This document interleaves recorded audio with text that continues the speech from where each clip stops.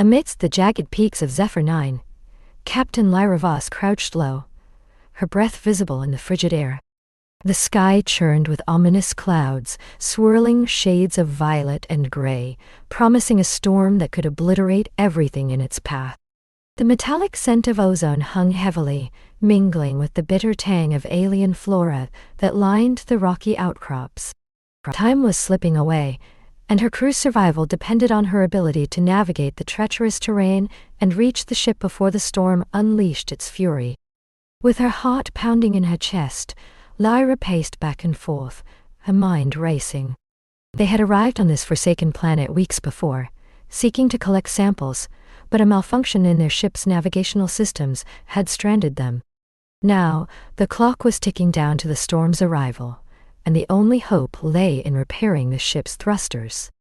The challenge was compounded by the hostile creatures lurking in the shadows, wailing like banshees on the wind, each sound sending a thrill of dread through her bones. She gathered her second-in-command, Jarek, a towering figure with a calm demeanor that contrasted sharply with her frenetic energy. "We need to get to the ship and fix the thrusters.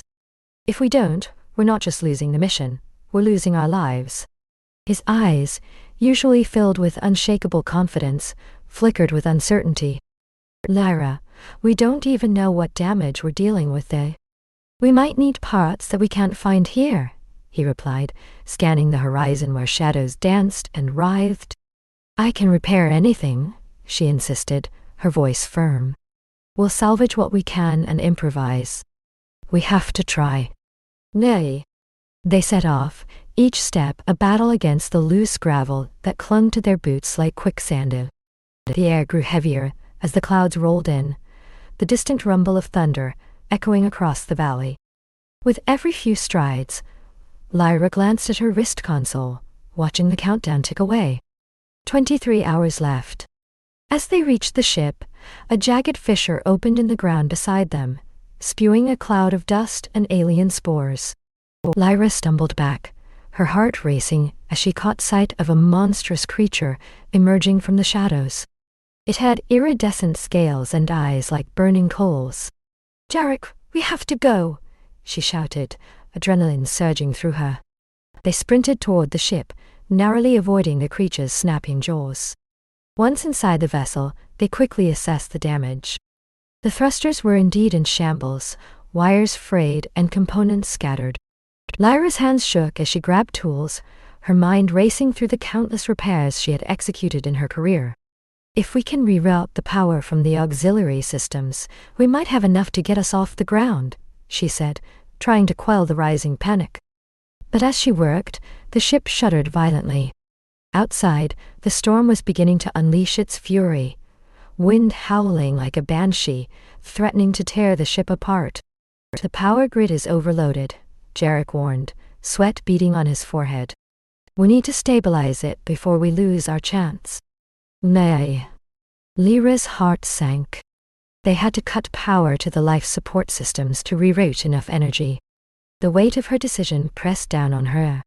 "We have to do it. We can survive without life support for a few minutes. We just need to get out of here." "Nay." With a deep breath, she flipped the switch, plunging them into darkness. The ship's lights flickered, and for a moment, silence enveloped them. Then, a faint hum grew louder as the thrusters began to respond. "Now or never," she said, slamming her palm onto the launch button. The ship roared to life, but the winds outside screamed with a fury that shook the very metal of their refuge. The ground trembled beneath them, and debris rattled against the hull. "Hold on," Lyra shouted, gripping the controls tightly. They shot upward, the ship lurching as the storm raged below.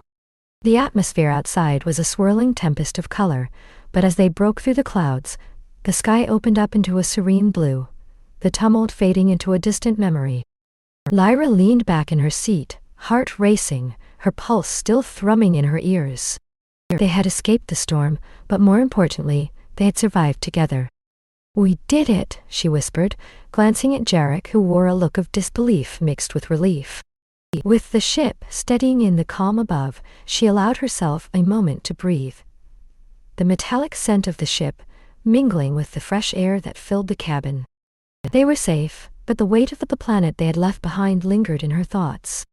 Zephyr-9 would be a memory etched in her mind forever, a testament to their resilience, and a reminder of the fragility of life in the vast cosmos.